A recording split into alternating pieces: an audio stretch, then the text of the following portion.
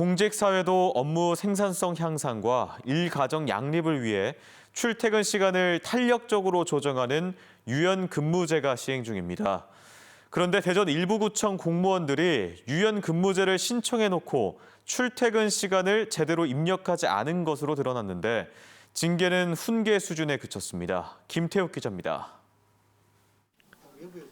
공직사회도 업무 생산성을 높이기 위해 지난 2016년 말부터 유연근무제가 도입됐습니다. 근무 형태와 개인 여건 등을 고려해 주 40시간 범위 내에서 출퇴근 시간을 미루거나 당길 수 있는데 코로나19 여파로 최근 더 활성화되고 있습니다. 그런데 대전시가 최근 동구와 대덕구를 감사한 결과 유연근무제를 신청한 공무원 수백여 명이 복무관리 시스템에 출퇴근 시각을 제대로 입력하지 않은 것으로 드러났습니다. 코로나19 확산세가 심각했던 지난해 4월부터 올해 5월까지 대전 동구에선 모두 236명이 유연근무를 신청했는데 출퇴근 기록을 제대로 남기지 않은 공무원은 38.1%에 달했습니다. 동구청의 한 직원은 지난해 25일간 유연근무를 하는 동안 출퇴근 기록을 단 한 차례도 하지 않은 것으로 조사됐습니다. 언제 출근해서 얼마나 근무하고 퇴근했는지 전혀 알 길이 없지만 감사에 적발돼도 최고 징계는 훈계 수준에 그쳤습니다. 훈계 조치를 해서 징계 처분이 내려진 거고요.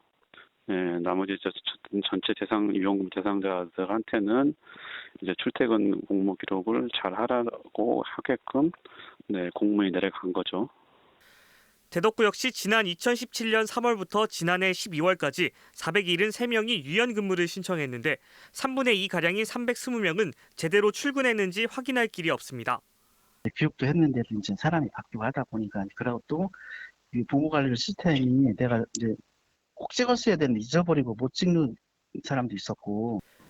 무엇보다 복무기강 해이 등을 사전에 예방할 시스템이 없고 적발돼도 합당한 징계가 이뤄지지 않는 것도 문제입니다. 아무런 징계가 없고 그냥 출퇴근 기록만 한다라고 한다면 뭐 또 위험해야 될 가능성이 굉장히 있거든요. 그래서 복무 실태에 대한 점검과 징계 이런 부분들은 같이 이제 병행되는 것이 필요한 부분이라고 생각이 듭니다. 대전시 감사위원회는 감사 적발 사항이 제대로 개선됐는지 내년에 다시 한번 살필 예정이라고 밝혔습니다. MBC 뉴스 김태욱입니다.